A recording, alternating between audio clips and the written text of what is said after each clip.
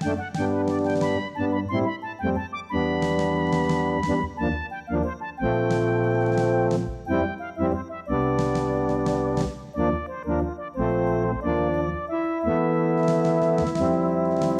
as usual, our program is sponsored by the Eisenhower Foundation and the Union Pacific Foundation.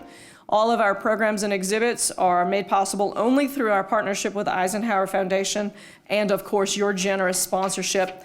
If you'd like to learn more about partnering, becoming a friend of the foundation, planned giving, or support in any way, the Eisenhower Foundation would love to talk to you. Meredith is here, as usual. Or you can visit eisenhowerfoundation.net for more information. So, our program today. Our guest speaker today is Greg Fontenot, Colonel Greg Fontenot. He's a retired colonel in the United States Army. Thank you, Colonel Fontenot, for your service. And he is currently a consultant on threat emulation for Army experimentation and a working historian. He was lead author of On Point, the U.S. Army in Operation Iraqi Freedom, and is the author of The 1st Infantry Division and the U.S. Army Transformed, Road to Victory in Desert Storm, 1970 to 1991, which is a winner of the 2017 Army Historical Foundation Award for Unit History. He currently lives in Lansing, Kansas, but I found out that his family is from Louisiana, so there you go. There's 2 of us in the room now. And as a reminder, at the end of the program, he will be kind enough to have a book signing, and the books are available in the gift shop for your purchase. So please help me welcome Colonel Fontenot.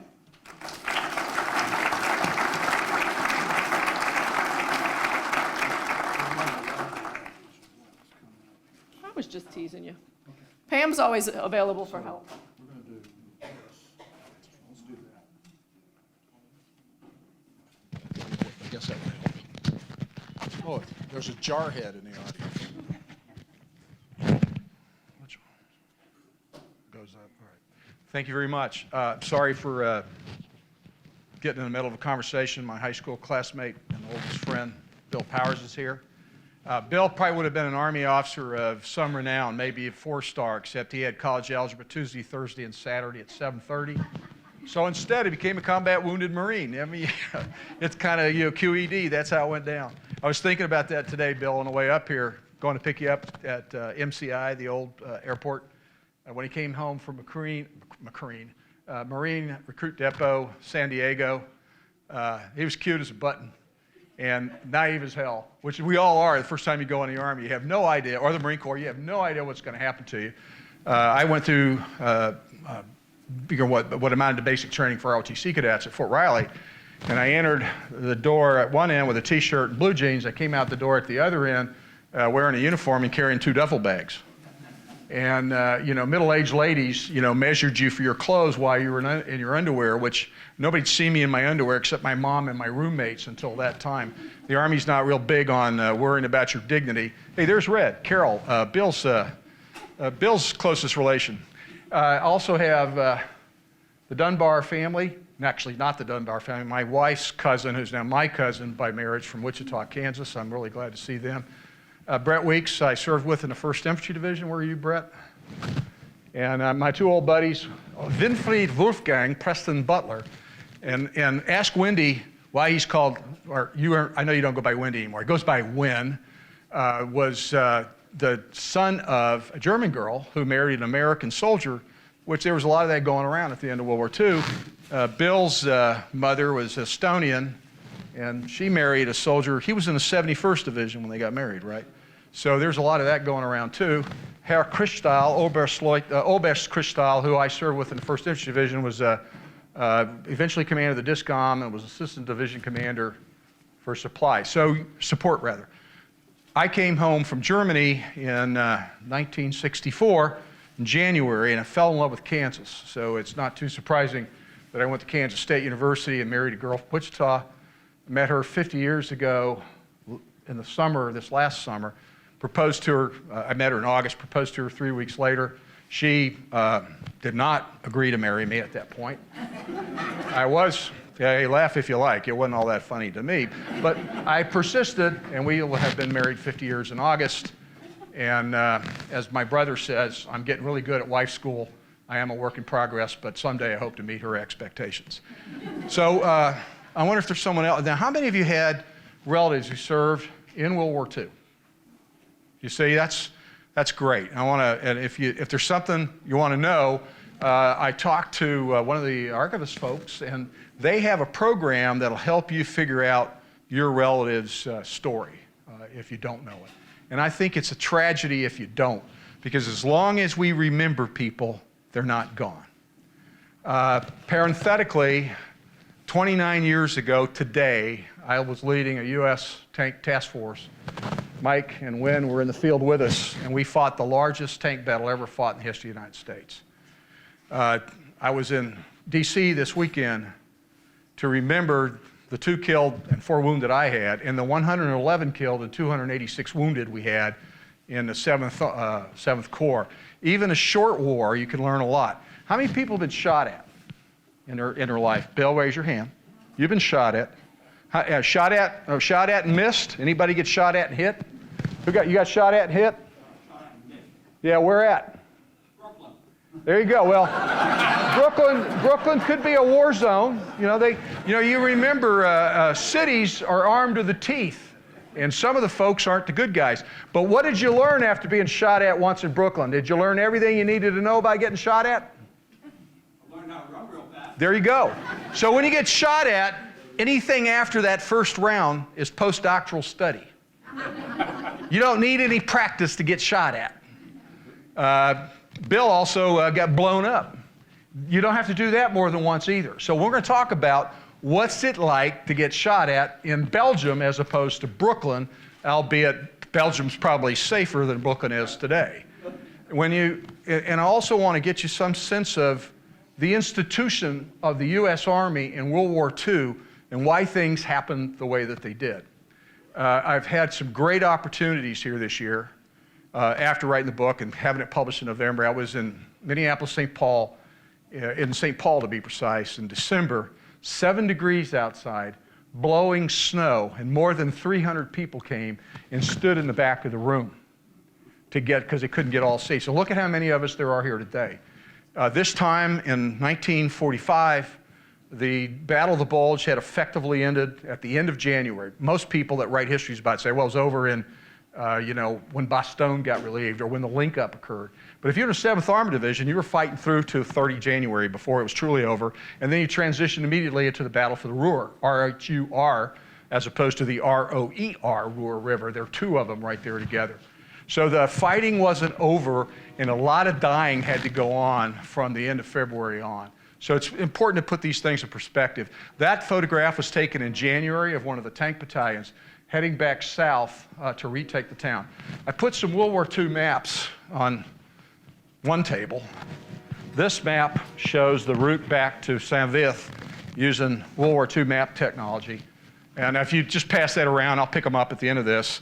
And there's 2 sides to that. You can see the notes because I was trying to write from the World War II maps using Google Earth at the same time because the maps from World War II aren't very good.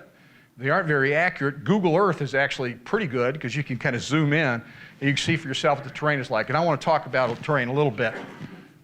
So why should we even bother to talk about this?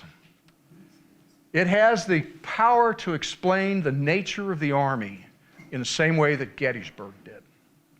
We lost 18,000 in the first 2 days at Gettysburg on both sides. We lost 80,000 in this fight. The scale of the battle was huge. 29 U.S. divisions, 29 German divisions. Each of those divisions was between 10 and 11,000. So you do the math, more than 250,000 on each side. It's the only really big tank fight, tank and infantry fight to be precise, that occurred in the West. And the reason for that is simple. I'm going to show you the terrain here in a minute. You'll see why you can't have big tank fights in the West. In the East, where there were miles and miles of miles and miles, you could have 800, 900, 1,000 tanks in a fight at one time. The Desert Storm fight I just talked about had 1,800 tanks on one side, 1,600 on the other. More tanks than fought in one day than ever fought in Kursk, which was the biggest tank battle, and that was fought in the East. Strategic choices made by the institutions matter long after they were made. The M1 tank is the last new tank we got, and it was imagined in the 70s and fielded in 1980, and we still have it. And it's been upgraded over time and refitted, but choosing that tank lasted long after the decision was made. And we made a very bad choice with the Sherman tank, and it lasted for a long time. Both sides called the Sherman tank Ronson or Zippo. And for those of you that have never smoked, those are lighters. If you hit an M4 Sherman tank, it immediately caught fire, burned the crew. It was pretty ugly to be in a Sherman tank. And old dead Carl refers to Carl von Clausewitz, whose wife, Mrs. Carl von Clausewitz, actually wrote on war. Carl had a set of notes. When Carl died of cholera in about 1815, there was no pension benefit in the Prussian army, so she took his notes, put it together. But the theory of war that Carl wrote, Vom Krieg, on war, is valid today. And if you happen to read this book, you'll see that his analysis still applies today. There's a section in his book called Critical Analysis, which every human in the world ought to read, because it lays out how analysis works and the benefit of studying a problem if the facts are equivocal. That is, we don't know for sure. And if you think there are unequivocal facts out there on the planet, there are some. Sunrise will come at a certain time most days, and sometime it will not come. But at least for now, sunrise, you can predict the time. Those are unequivocal facts. If you're dealing with a fight, you're talking about eyewitnesses. The worst thing in the world for accounting for what happened is eyewitnesses. Bill's been in a gunfight. Some of these other guys have been in gunfights. I've been in a gunfight. You don't know what happened, because all you know is what you saw. When you're in extremis, you focus very narrowly on the problem before you, not on, what the nature of the universe is. And your mind is compartmentalized. One part of your mind is there, present, doing the fight. There's another part of your mind going, oh my God, we have got to get out of here. Maybe if I turn and run now, no one will see. And there's a third part of your mind that's kind of dispassionately looking at it. Bill, does this sound familiar to you? It's schizophrenic. In the all-night tank fight I described, I kept having this vision of Salvador Dali's surreal painting of the watches melting off the wall, thinking, will this night ever end? And of course, when you're in a gunfight, it's never going to end. It lasts forever. So talking about those things in that context matters. Okay, purpose and themes. I'll let you read those. I only want to highlight the last bullet. Leadership top down, and innovation and initiative bottom up, and the ability to manage those things. If you're living outside and there's a foot of snow on the ground and it's several degrees below zero, and the Germans open up with 1,800 artillery pieces along an 80-mile front, you're going to be impressed. And the life of a soldier in those conditions the right word is dystopian, which is geek speak for miserable. If you've ever been in a tank at night below freezing weather, or in Fort Riley, Kansas in 1973, we had a week where the temperature never rose above 10 degrees, I thought I would die. And some people did. We actually had a guy freeze to death that week. Somebody I was talking to who had a relative that flew bombers in World War II, you get to 25,000 feet the bomber's not sealed. You can look out the window. You can stand up in the hatch and look to the rear. I've done it. It's very cold, many degrees below zero. Many of those people died, or they had frostbite. So the weather matters. Last but not least, Hasso von Manteuffel, in a documentary done in 1964, which you can find on C-SPAN or YouTube, 2 parts called The Battle of St Vith. If you haven't seen it, it's worth taking the time to do. C-SPAN or YouTube, either way, you can find it. Hasso von Manteuffel was this tiny little guy, about that tall, German cavalry officer, who commanded the 5th Panzer Army. When Omar Bradley met him for the first time, he said, how could so small a man give us so hard a time? Hasso von Manteuffel is the guy that said, the kleine Leute do the fighting. The generals do the planning, they do the resource analysis, but the small people, the junior leaders, the NCOs and privates, they're the guys that carry the load. So here's the context. In November of 1943, in about the same week, the Allies at Cairo and Tehran decided on the strategy for 44-45, and Adolf Hitler decided on his strategy for 44-45. And he wrote something called Führerbefehl, Führer's Order, Leader's Order 51. Just put it on the internet, it'll come up, you can read it for yourself. He decided to shift the main effort from the east to the west, for the perfectly logical reason he had hundreds of miles between the Russians and Germany in the east and 300 miles between the Rhine and the Channel. So he wanted to go to the west, and he thought he could promote a decisive battle, a Clausewitzian concept, actually a German concept. Clausewitz didn't really buy that. But he thought he could fight a decisive battle that would divide the Allies, sue for peace in the west, turn his attention to the east, where he perceived the existential threat was. Adolf Hitler, who was clueless about what other people thought, presumed that the Americans and the British would logically want to fight the communists with them. We didn't feel that way, and so he was very disappointed in May of 1945. The December surprise. I'll let you read the conclusion. I'm writing an article right now for publication in a magazine that talks about how we got surprised. And I want to say something to you that I think is important to understand the context today. In 1944 and 45, we had every means of intelligence collection that we have today, except for satellite imagery. Only thing we didn't have. We had overhead imagery from bombers, reconnaissance airplanes, SIGINT, COMINT, ELINT, HUMINT, all those INTs that you hear about, and we still got it wrong. And why did we get it wrong? Let me tell you, it's very easy. Americans presume that everybody across the planet thinks like we do. Everybody wants what we want. Everybody sees things rationally from our perspective. The United States Army has been kind enough to send me to 60 different countries. I last served overseas in Afghanistan in 2011. At age 62, I decided it was time to get out of that business because I couldn't carry a weapon, and that didn't deter people from shooting in my direction. Not at me personally. It wasn't personal, it was professional. They were shooting at the base camp, not at me. And I thought about this and I said, you know, I've had enough, and I got out of it. But when you think about it, in Afghanistan, they don't think the way we do. In Iraq, they don't think the way we do. And for that matter, in California, they don't think the way some of us do. So when you think about the idea that we all think the same, you really understand how intelligence failure happens. It happens, and I did research for the First Division book using Saddam Hussein's papers. Give you an idea how badly we misunderstood each other. Tariq Aziz at one point in the weeks leading to the war said that he thought maybe the Americans were angry and threatening to go to war with Saddam because Saddam had supported Puerto Rican independence. Now, I saw that head jerk. It's kind of amazing. That's Linda, isn't it? Yes. Yeah, I know her. She's Bill's sister. So if you think about it, even Saddam Hussein thought that was a reach. And Saddam Hussein was a Tikriti Arab who'd never really been anywhere in his life. And his entire worldview was based on a megalomaniacal Arab cultural view of the world, which is tribal, and all of that it leads to. Meanwhile, we think they're the same as us. Turns out that was a mistake.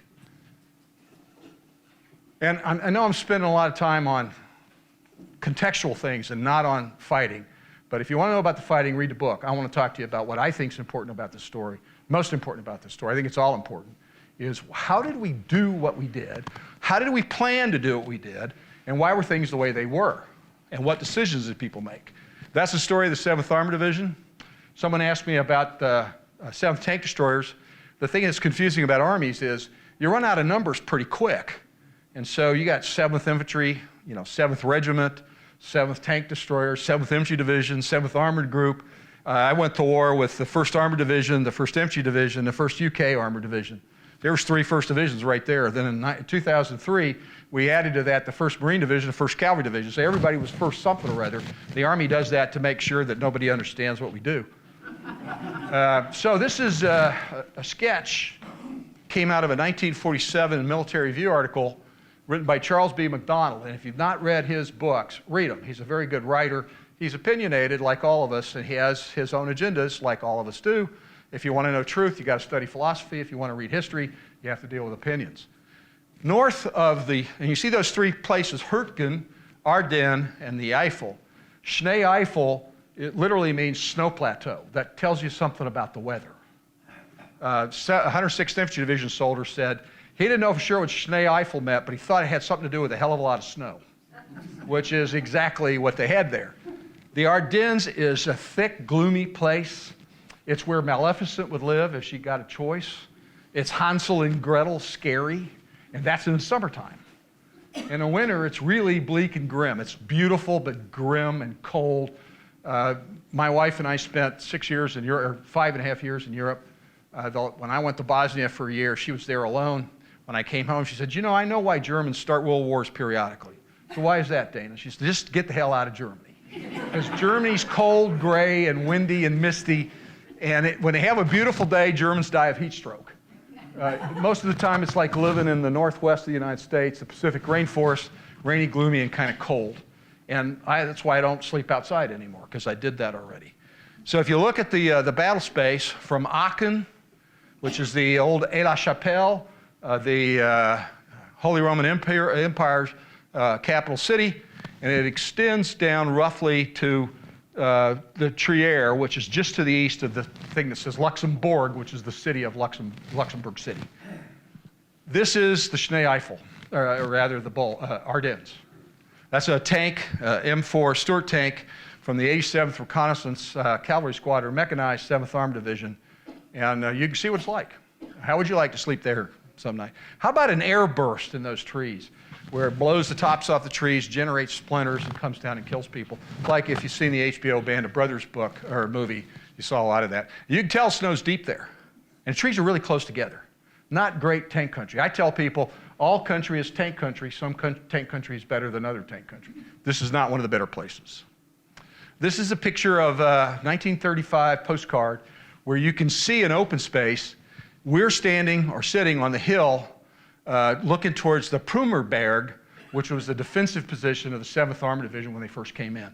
So you're putting tanks up there, trying to find a place to get in there, and you want to be on the edge of the tree line so the Germans don't see you, because their tanks are better than our tanks, and so you want to hide from them to the extent that you can.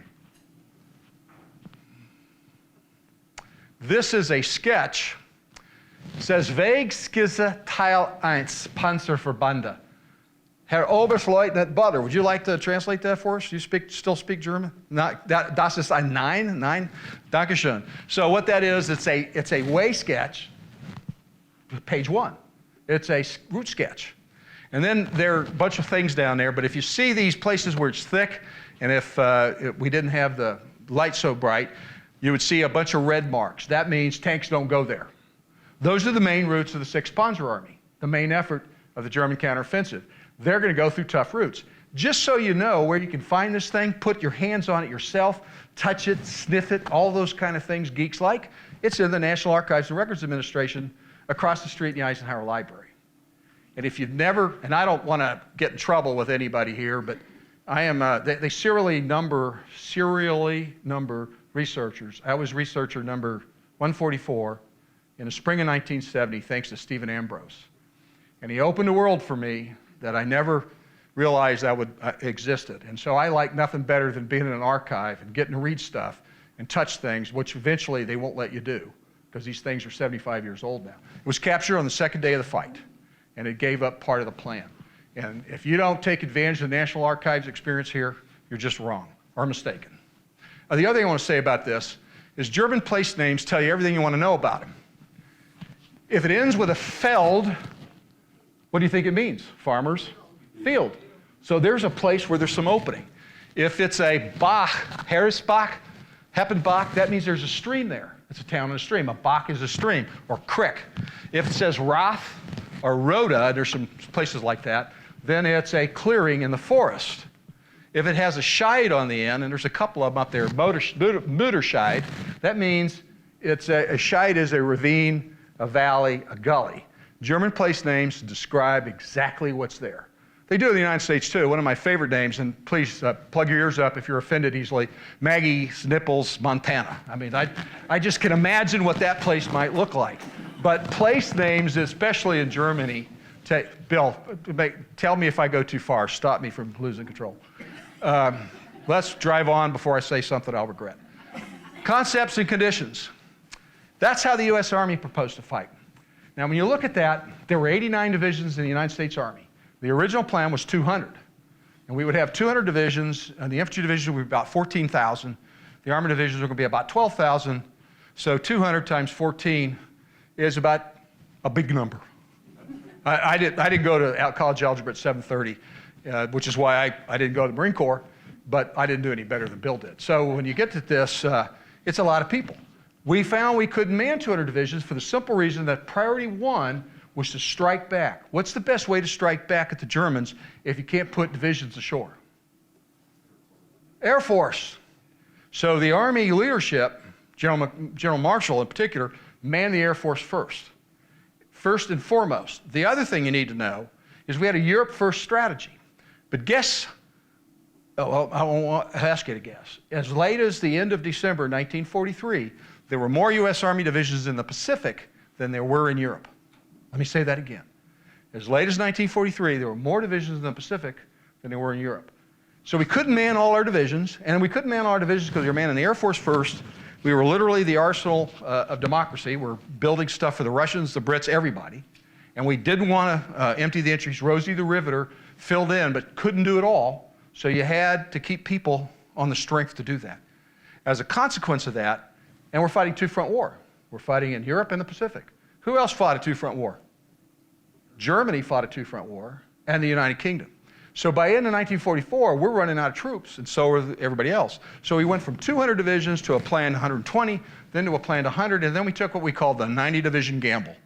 And we couldn't man all of those. Well, what were the consequences of that? You couldn't rotate divisions out of the sector. You couldn't rest divisions, you couldn't retrain them, you couldn't reconstitute them in a safe place. That meant you had to sustain operations and maintain combat readiness without rest. The 1st Infantry Division landed, and I know this because that's my next book. I'm a 1st Division groupie, as you might guess. The 1st Infantry Division landed at Omaha Beach on June 6, 1944. On the 8th of May, 1945, they had suffered 206% casualties, or 205-point-something% casualties.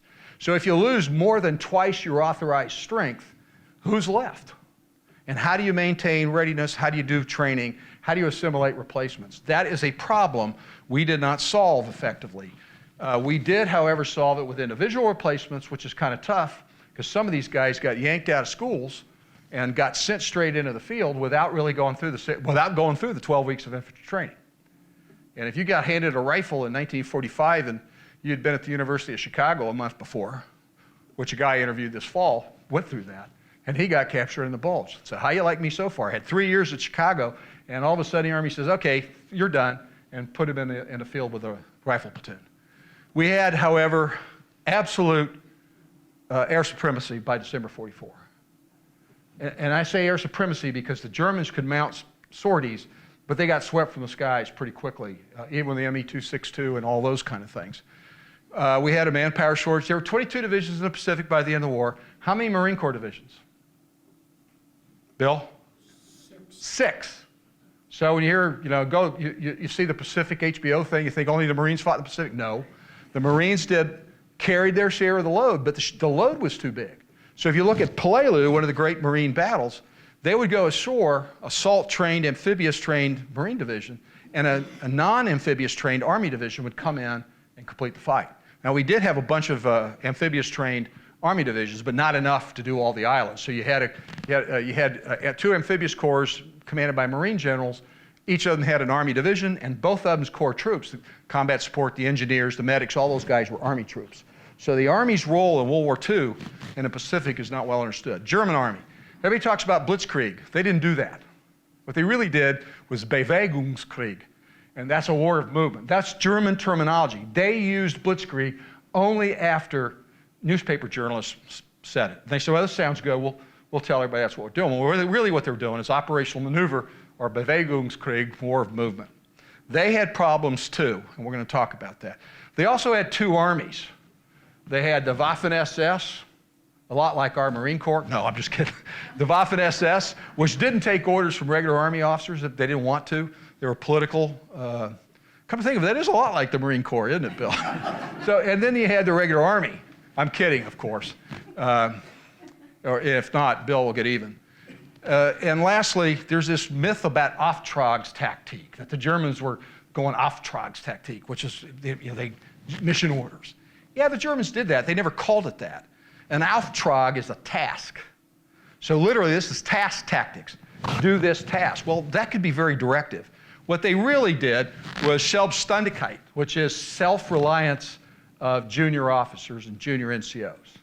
So what they're really into is, hey, when you go out there and do the best you can, kill a bunch of Russians, and you'll have done okay. That's Selbstständigkeit. It's not Auftragtaktik. Myths and facts. We had the best artillery in World War II, bar none. Because in the interwar period of World War II, the United States Army figured out how to centrally direct fires. Up until the 30s in all armies, and in some armies well after that, battery commanders directed fires on targets they could see. Instead, we put a fire direction center, and we could organize fires and direct the fires of multiple howitzers simultaneously. In fact, there were time on target, first round from every gun fired, rounds at the same place at the same time with 19 battalions. So you figure 12 howitzers per battalion, 1912 times 12 is a big number. I didn't do well at college algebra, somebody else needs to figure that out. It's a large number. German infantry had much, much better automatic weapons, as well as tanks, than their American opponents. There were no continuous front lines. This is the 7th Armored Division, very small division, about 10,000. They had 3 tank battalions, the 17th, 31st, and the 40th, and then 3 infantry battalions, that's across rifles over the bathtub-looking thing, the 23rd, the 38th, and the 48th. They had 3 howitzer battalions. All these howitzer battalions included their own airplanes for aerial observation, something we don't do anymore. They do it with drones now when they have them. And they had their own tanks, so the forward observers didn't have a specific vehicle that said, shoot me, I'm a forward observer. And oh, by the way, if you look at the way we did forward observation in the 80s and 90s, they all had a vehicle that said, shoot me, I'm a forward observer. So we were doing some things that made a lot of sense. These were routinely, this 87th was a cavalry squadron. I showed you a picture of one of their tanks. The 814th was a routinely attached tank destroyer outfit. It had 2 different kinds of tank destroyers, the M18 and M36. These killed tanks very effectively. These guys couldn't. So you had to do combined operations using the tank destroyers to fix the Germans. Then you maneuver to the flanks with the American tanks. If you've seen the movie Fury, it's kind of like Memphis Belle. Everything that ever happened to an airplane happened to the Memphis Belle in 1 hour and 20 minutes. Everything that ever happened to a Sherman tank happened to that Fury in 1 hour and 20 minutes. But there's a lot of accuracy in it. Particularly things like if you go to the tank gunnery manual of World War II, and everybody talks about technology today, let me remind you that in 1945, you could find everybody from horse-drawn artillery to jet airplanes to fax machines to nuclear weapons. So when people tell me technology's changing really fast, in 1940, the U.S. Army pulled its howitzers around with horses. Think about that. By the end of the war, we're building jets, and we popped the nuke. And we planned on popping 6 on day 1 of the invasion of Japan. Think about that. Aren't we glad that it stopped at 2? So when you talk about technology, they had plenty of it, and it was changing rapidly. So enough said about that. Let's drive on. 106th Infantry Division, bigger than the 7th Armored Division, 9 infantry battalions, that's these guys, 3 infantry regiments, and they had an extra howitzer battalion. They had a general support 155 howitzer battalion that could range across the front of a division. Let's look at our German friends. 116th Panzer Division, they too had troop problems. They went to only two tank battalions in what had been a 3-battalion regiment. Originally, at the beginning of the war, they were two tank regiments and 1 infantry regiment. By the end of the war, they couldn't man that many tanks. They didn't have enough of them. The Panther tank is a high-velocity 76mm long gun, which meant it was very effective. The Panzerkampfwagen 4 is the predecessor to the Panther. So they had 2 kinds of tanks. Neither of them were Tigers. There were only 3 or 4 Tiger battalions in the Battle of Bulge, because the Tigers there were very few of them. The 60th Panzer, and these guys were important to the story, Panzergrenadier Regiment had half tracks, kind of like our own. These guys were motorized and run around trucks. And they had 3 different kinds of artillery battalions, only one of which was self-propelled. Then they had 1 Aufklärungsbataillon. Aufklärungs literally is make things clear, reconnaissance, so you could see the battlefield. The infantry regiments that they had, or the infantry divisions, 2 battalions per regiment instead of 3, like we had, but pretty effectively led. 3 kinds of artillery, light artillery, medium artillery, and the 150 was heavy artillery. And yes, they had a Fusilier battalion on bicycles. This weapon, the Hetzer anti-tank weapon, made in the Czech Republic, or Czechoslovakia, by Skoda Works, very good anti-tank weapon, caused a lot of American fatalities. Miracle in the West, just a quick description of, they were soundly beaten in Normandy. We broke through, and then we went into exploitation, expand. Then we pursued them all the way to the Siegfried. They managed to outrun us, well, because they were desperate. and they got into the positions, and then you see the effort made to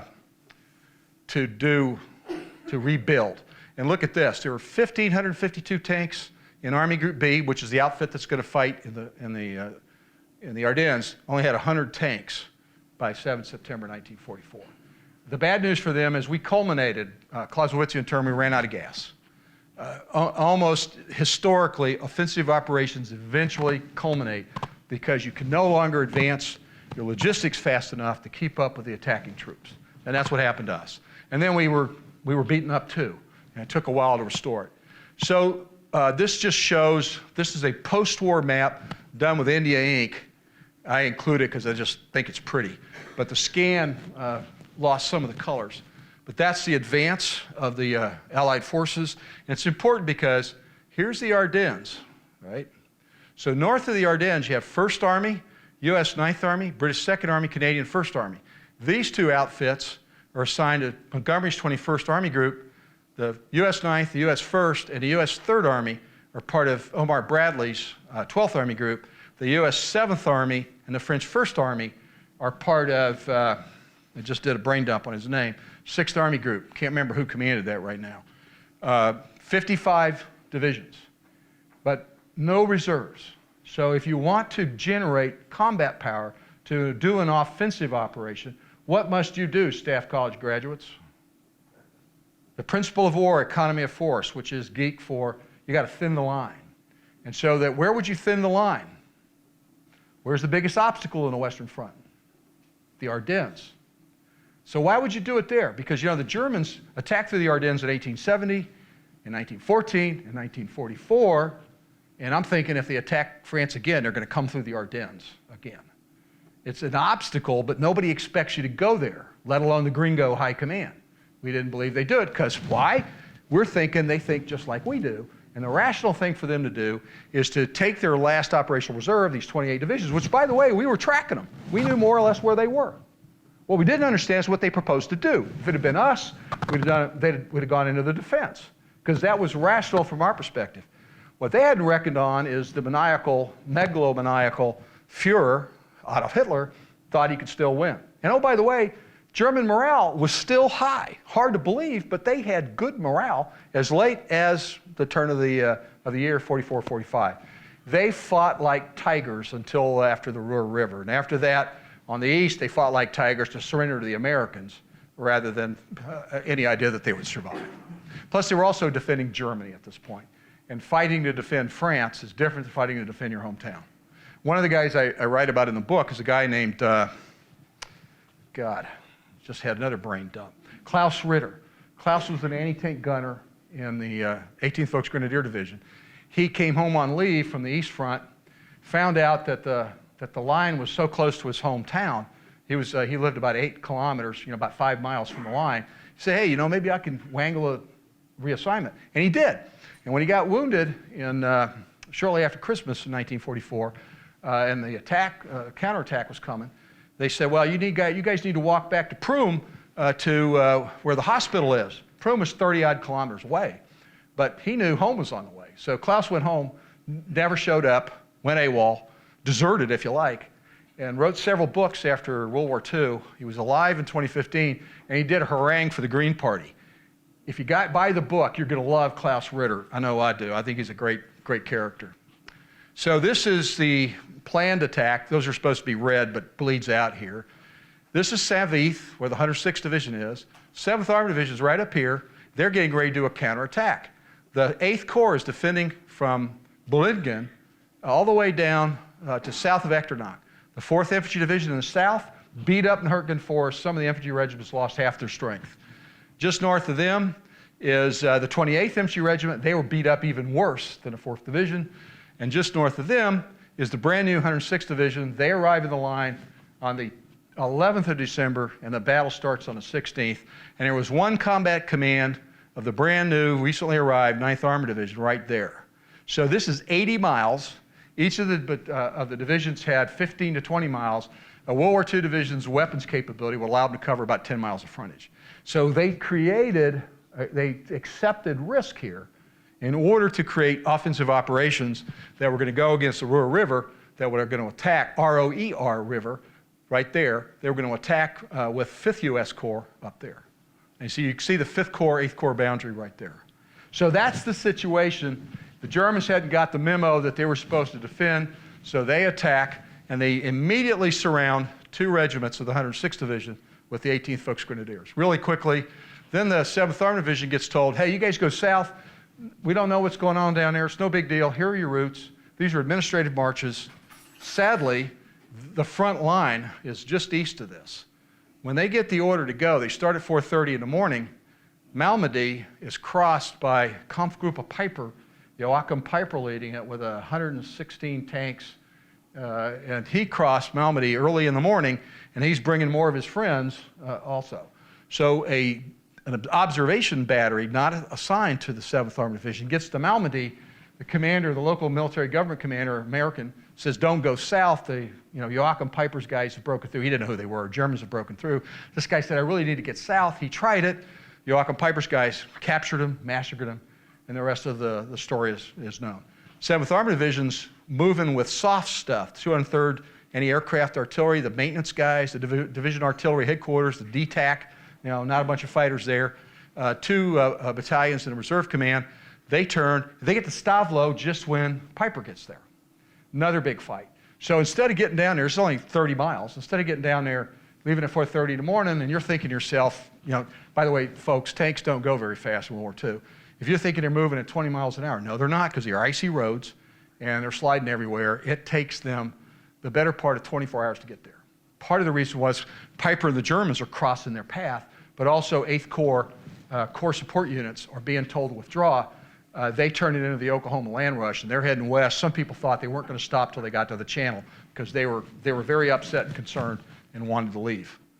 So on the afternoon of the 17th, when the lead part of 7th Armored Division gets there, this crowd is surrounded. That's the 2 regiments of the 106th. CCB 9th Armored Division is pulled out of 5th Corps and sent down to Winterspelt. They haven't been in a fight yet. The guy that led them is a guy named Bill Hogue, born in Kansas. Maybe it was Missouri, one of our 2 states. He died in Kansas.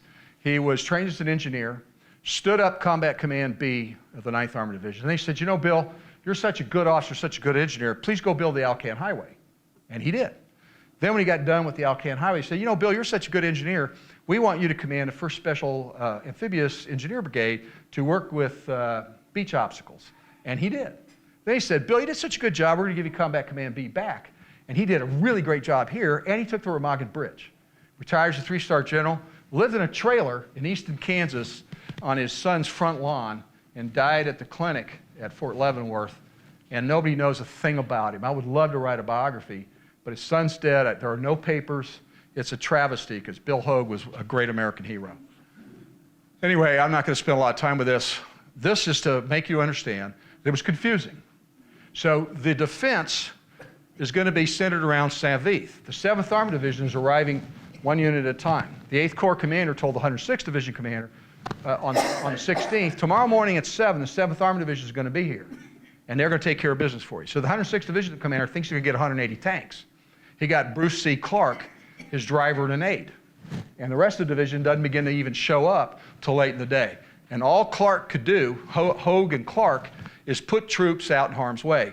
Prumerberg is right there, and you see where our friend is. And this is a cavalry task force, 424th Regiment. The 112th gets blown out here, and they're moving northwest to get out of the way. See all these arrows? Those are bad guys moving. And so how do you like this? Does this look like a continuous front line? No, there's no line. What do you see if you're a commander there? You see with the radios, some of us talked about how bad the radios were, or with wire communications. The phone rang in the 112th Regimental Command Post. Guy answers it. The guy says, hey, we're here. It's the Germans. We're about to come finish you off. Because they knew where the phones were, too. This is ambiguity. It's high adventure. It's cold. People are shooting at you. Guys are threatening to kill each other. Get off the road because I got to get to the channel. No, you get off the road because I have to get to St Vith. You get those kind of discussions. Bruce Clark had his aide got threatened. A colonel was going to shoot him. Clark showed up and said, if there's going to be any shooting around here, I'm going to do it. And he took charge and started just throwing units into the fray. And you think about that, big blue arrows on maps, that is not how this goes down. If you read about the Vietnam War, you see a blue arrow going someplace. Bill's been in those blue arrows. If you look at the Desert Storm War, you see blue arrows. Bosnia, there's blue arrows. Trust me, there are no blue arrows. You're in a mess the whole time. When I was a young major, I got to sit in the leather chair that belonged to Captain Leighton Smith, commander of the USS America, later retires a 4-star. I sat in that chair drinking coffee out of a china cup, looking at the flight deck, said, golly, I think I made a horrible mistake. Because I had never slept in sheets in the field. And Snuffy had sheets and a leather chair and hot coffee and guys scraping and bowing when they saw him. So I always use that as an example after that. I'd say to my brigade when I'd get them together, say, you know what? Snuffy Smith has 5,000 guys in his freaking carrier. I got 5,000 guys in my brigade. When Snuffy says steer 270, all 5,000 of them go that direction. When commander, 1st Armored Brigade, I'd say, hey, I want everybody to go 270. I was happy if 90% of them went that way. Because we weren't a crew. We were individual entities. We were kleine Leute. And the kleine Leute get lost, they go to sleep, they make mistakes, they step on each other's toes. It's ambiguous, and that's what I want to leave you with. And oh, by the way, the Germans are dealing with that too. Let's look at the units. 1st SS. Oh, by the way, the 501st Tigers come in here too. That's kind of ugly. Grossdeutschland was really turned out to be the Führer Escort Brigade, but they had Grossdeutschland flashes, so we thought that's who that was. The 18th Volksgrenadier with their 3 regiments, the 62nd with their regiments, the 116th Panzer Division, we don't know how many of them, 2nd Panzer Division, 560th Volksgrenadiers. You start to get the picture here, and the guy running the show doesn't see anything. He doesn't have GPS. He doesn't have email. He doesn't have an electronically generated graphic user interface so he can tell his units with a click and a drag what to do. He's doing this, listening with his ears and seeing with his eyes. Bruce Clark at one point is watching German soldiers mastering other hills. And he said, hey, you go over there, shoot those guys. That's the kind of thing that's going on here. And that can't be done without confidence in your soldiers and without trust in the leaders. That's a couple of days later. It's looking even worse. See, every place you see those little hasher marks, that's where some folks were trying to do a fight. These are units out of 3rd Armored Division. Task Force Hogan, all 400 of them got captured. This is the 82nd Airborne coming in behind these guys. You see all the 30 armored vehicles. We saw 30 armored vehicles. Well, whose were they? How many? What kind of armored vehicles? These are the kind of reports these guys were dealing with. St Vith is right here. They've been driven out by then. And you look at the way they got out, I'll show you that route, is a tractor trail. Like the tractor you were telling me that backfired, only it wasn't paved. And it was all muddy. Clark got stuck there in a Jeep. It took 3 hours to get him out. That night that they were leaving, a Russian high moved in, and it froze the ground. Otherwise, the 7th Armored Division probably wouldn't have got out. Weather, terrain, matter. Enough of that. So these are the withdrawal routes. 3 routes. These are the units in contact. The last unit across the river was a tank destroyer unit, platoon leader of which was Will Rogers, Jr., a Democratic congressman who quit the Congress to be a tank destroyer platoon leader. That country no longer exists. I would argue to you that today, with the volunteer forces, anesthesiologists' sons, lawyers' sons, kids that went to Yale and Tufts don't join this Army. They don't join your Marine Corps either. But in World War II, everybody went. The guy that I told you was a philosophy major at Chicago, he went.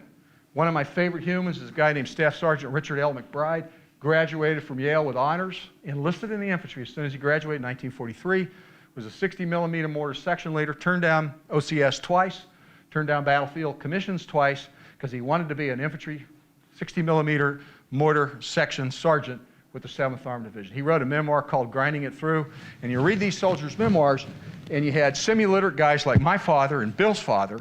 Bill's dad landed at Omaha Beach on the 3rd wave, and you had Yale graduates all in the same unit.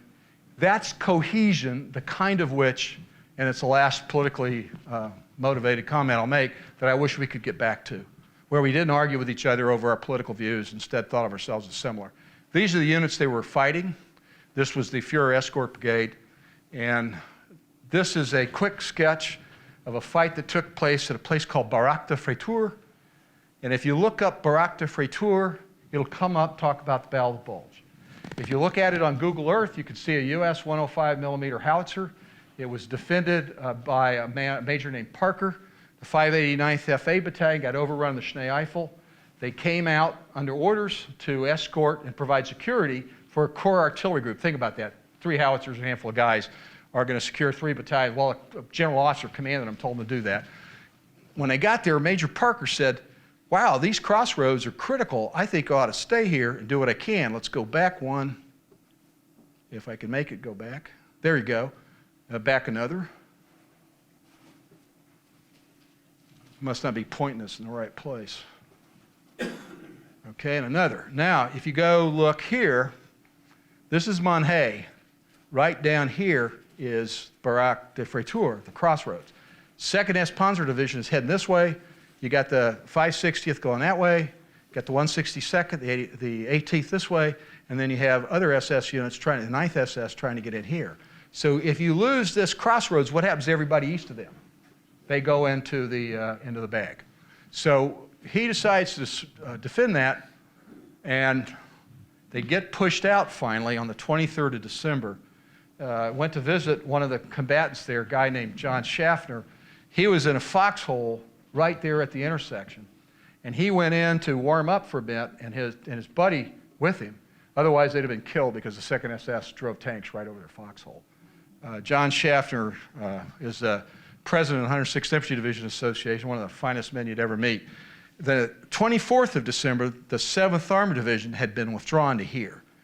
And A Company, 40th Tank Battalion, some tank destroyers were here. They got ordered to withdraw at 2200.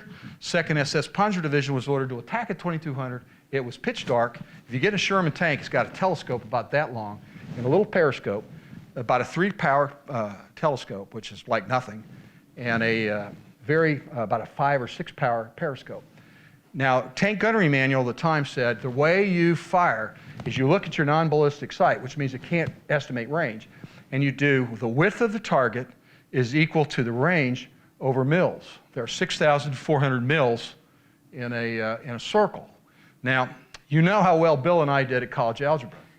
So when we're going to do width is equal to range over mils, okay, the width of a Panther tank is X number of meters, and range must be equal to, I don't even know how to do it. So the guys in Fury didn't know how to do it either, so what did they do instead? Shoot white phosphorus. You shoot a smoke round and adjust. So we had one set of doctrine to do that, and instead the soldiers said, you know, that ain't going to work. I don't do math. I took college algebra Tuesday, Thursday, and Saturday at 7:30, so you shoot a smoke round and adjust. And that is how we fought, because the soldiers figured it out, not because the Army told them how to do it. There's the losses. I have used up a lot of time, so I'm going to press on. They lost 110 tanks out of 170 rather. That's a lot of tanks, particularly if you're one of the guys in the tank. And 12 tank destroyers and 2 other pieces of combat equipment. 1,565 people killed in 7 days. Do the math. I can do that part of the math. It's 200 plus every day. I lost 2 killed and 4 wounded, and it broke my heart. These guys were losing 200 a day. Ugly. Oh, let's go back here. A guy named Bill Knowlton took over B Troop 87th Recon. First Sergeant Hoyle Ladd brought them out. 36 of 135 of them survived the fight. So he had 35 guys. Knowlton went AWOL from a hospital to get back to the fight. I interviewed Knowlton. That was a pen pal of his. Knowlton's daughter, Holly, married a guy named Dave Petraeus at West Point. Some of you may have heard of Dave Petraeus. A lot of the photographs in the book are Knowlton's photographs that Holly Petraeus sent to me. This guy, Bill Knowlton, was one hell of a soldier. A hell of a soldier. And he took B Troop back in the fight. They didn't have enough ammunition for him. They had 3 or 4 magazines or clips, 8 to a clip, so 24 rounds. Okay, if we're going to go back to war that way, it's going to be fine. How do you reconstitute a force of combat? So if you look at the number, they got 140 trained tank crewmen on 30 December, 992 replacements the next day, or 2 days later, 2,000 replacements by 8 January, and they focused their training on small unit combined arms training, because that's how you fight in these compartmented ground, tank platoon, engineer platoon, infantry platoon, and they zeroed their tanks, because if you don't zero your tanks, you don't hit targets.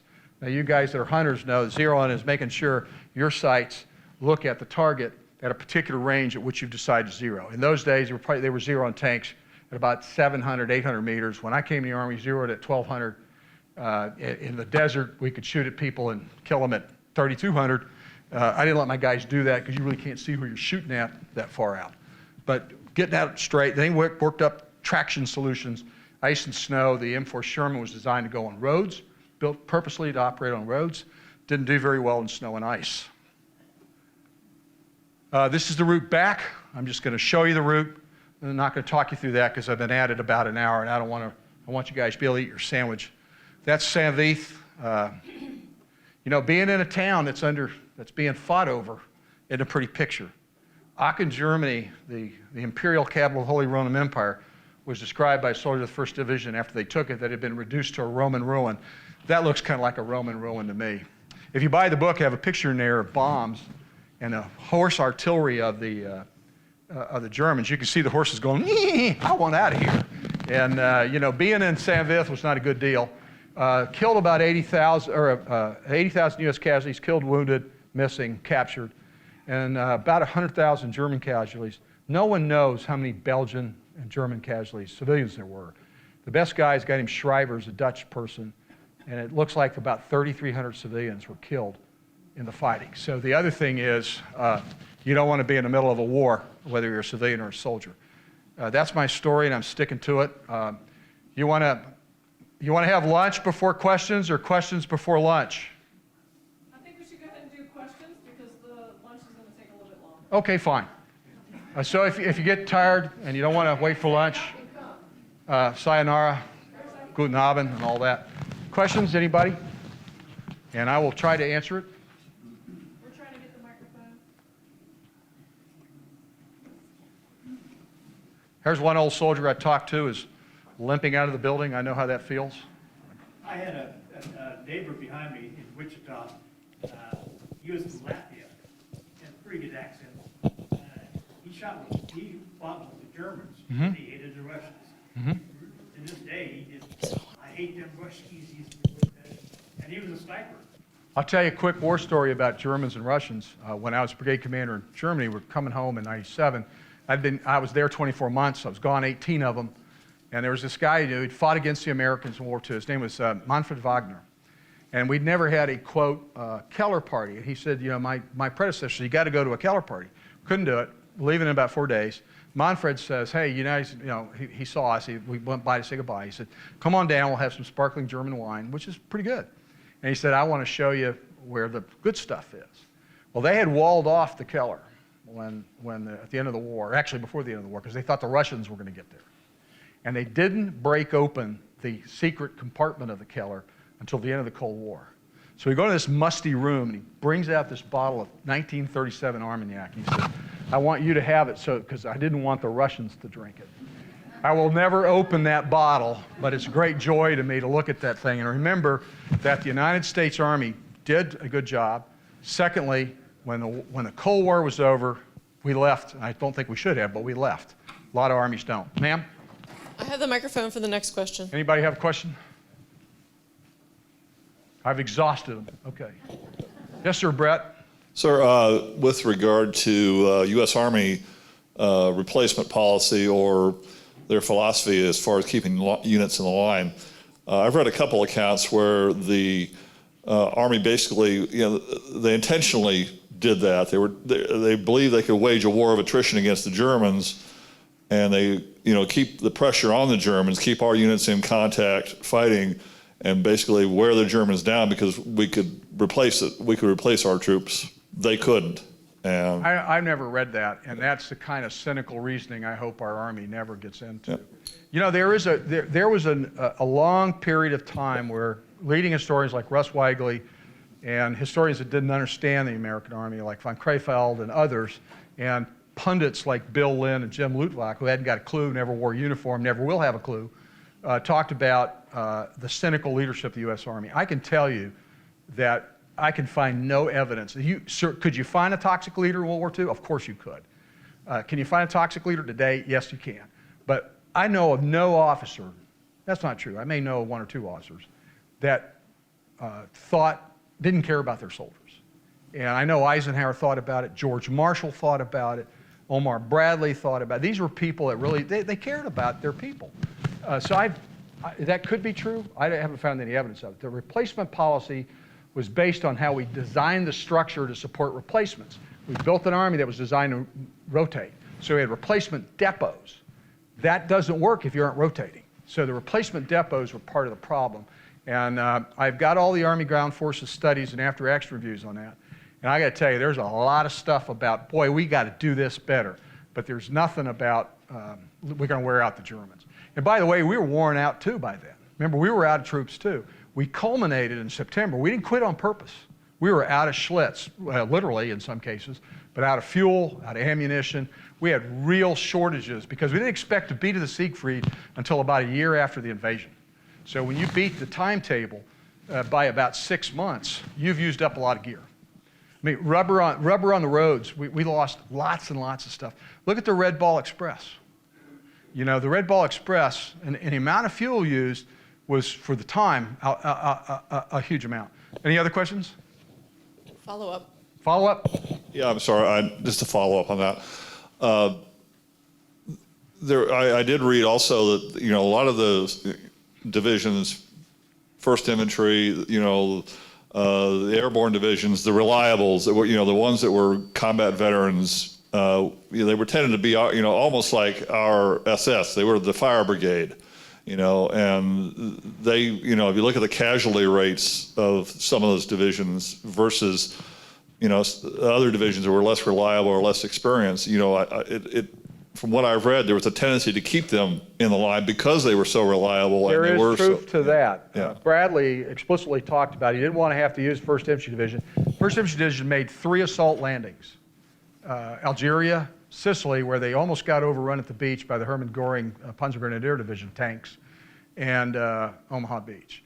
Now, if you've never been to Omaha Beach, the only way you can understand how difficult it was is go stand on that beach at low tide and see how far these guys had. And then the tide rose. It's hard as woodpecker lips to get ashore. But Bradley used them because they knew what they were doing. So yeah, there's some truth to that. Yes, ma'am. Any more questions, anyone? Over there, yeah. What am I doing? I can't run this, I'm up here. Actually, this is not a question. This is just my testimonial expression. 2008, my husband and I, we spent our Christmas at the... I'm having trouble hearing you. Can you speak closer to the mic? Oh, can you hear me better? Yes, ma'am. Okay. 2008 is where I quit hearing you. All right, 2008, my husband and I, we spent Christmas at the St Vith. Mm-hmm. The reason we chose the St Vith to spend Christmas, because like you expressed in your presentation, 1944, December 17th, this innocent people in the St Vith, they didn't know what is coming for their Christmas. Everybody ready for this exhilarating Christmas spirit. Then boom, that whole town got completely destroyed. Yep. Then they rebuilt the town within 10 years. They did. Yeah, so when we visited the town in 2008, what we felt was that uncompromised, that resilience, the morale, Yes. and the gratitude towards the Americans. They really filled our hearts, my husband's and my hearts, with one of the best meaningful Christmas spirit in the town. So when we read, you are coming to Eisenhower to present to St Vith, we are very excited. I'm glad you came. And the interesting thing about St Vith is that it was German, given over to Belgium as part of the Treaty of Versailles. So when Klaus Ritter got there, he spoke the same dialect as the people in St Vith. You go a little bit further west to Ville-Somme, and then everything is spoken in French, and you can buy jambon d'Ardennais, which is a leg of ham. It's delicious. These towns, the Europeans, for those of you who don't know, everybody talks about the French aren't good allies. That's not true. If you go to Normandy, and I did this summer, September, there were American flags flying well inland. And there are no French flags because that's not a French custom. It's an American custom. They fly it out of respect 75 years later.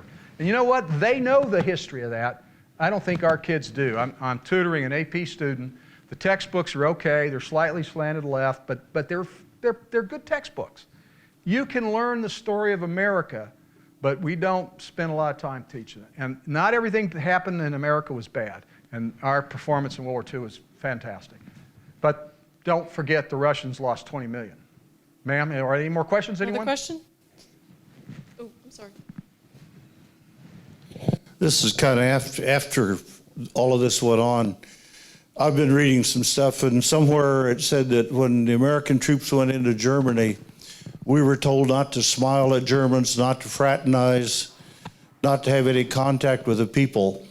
And the Americans... I don't know about that, but Win Butler's dad smiled at one German girl. Yeah, well, that's what they said. The one guy that wrote a reply said, well, unlike the French, the German ladies shave their legs. So, Well, not when I first got there. But look, what you got to remember is that we had a common culture with the Europeans.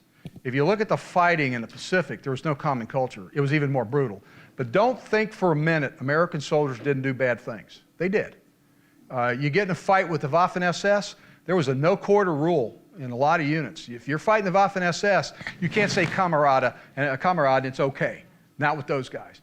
And once the troops got to places like not Majdanka, that's in Poland, Dachau, a couple of others in Germany, I can't remember things right now because I'm excited, I'm talking too fast. There were some hard feelings about that. But the Germans very quickly, because they're resilient too, accommodated themselves to better the gringos than the USSR. And I think that's still true today. I served in Germany a lot of my life. My dad, I went over there with my dad. I know Win did too. The Germans were great friends and great allies to the American soldiers. And if you go through France and Belgium today, and certain parts of Italy, the Americans are still heroes. And there are incredible, beautiful cemeteries. One of the reasons I'm such a geek about this, I saw my first American cemetery when I was 3 years old at Arlington. I don't remember a thing about it. But when we went to France from there, I went to Saint-Mihiel. Never forgot it. And I've been to Verdun, Luxembourg City National Cemetery, at the Punch Bowl. If there's an American cemetery nearby, I want to go because, you know, one of those days I'm going to be in the American cemetery in Leavenworth, Kansas, and I feel at home and comfortable with those guys. So the American soldier did take their values with them. We tended not to abuse civilians. Some of us did. And we tended not to rape, pillage, and loot. Some of us did that too. Anybody else? I had a question in this section, and I missed. Yeah, this gentleman up here. I saw the hand. Regarding American the use of horses during World War II, can you typify the differences between German use of horses and American, and what percentage of the total force it was? Well, the United States Army gave up horses altogether before we got committed in North Africa. The last chief of cavalry, though, John K. Herr, argued that, you know, in 1947, with spurs to glory, we ought to bring the horses back. John K. Herr's idea of mechanization was a truck to carry the horses to the battlefield. He was a little bit out of step. The Germans had lots of horses because they weren't mechanized the way we were. They didn't have the industrial base to do it, nor did the Russians. They had lots of horses too. We used donkeys in Italy and in North Africa. In fact, there's this great passage in Truscott's memoirs, Command Decision. The Rear Admiral that runs the amphibious forces complaining to Truscott that the donkeys are pooping on his ship. And Truscott says, okay, Admiral, we'll take the donkeys off. You know, it'll be okay if some of my soldiers die because they don't get ammunition or food. And the guy said, oh, please stop. Let them, you know, and they took the donkeys to Sicily. So we were very mechanized by comparison. Having said that, none of our infantry divisions were mechanized. The way they do it, they would motorize them. 6 quartermaster truck companies mounted up the 1st Infantry Division for Operation Cobra, and they were motorized. Then they stopped, got off the trucks, and they were infantry again. Any more questions?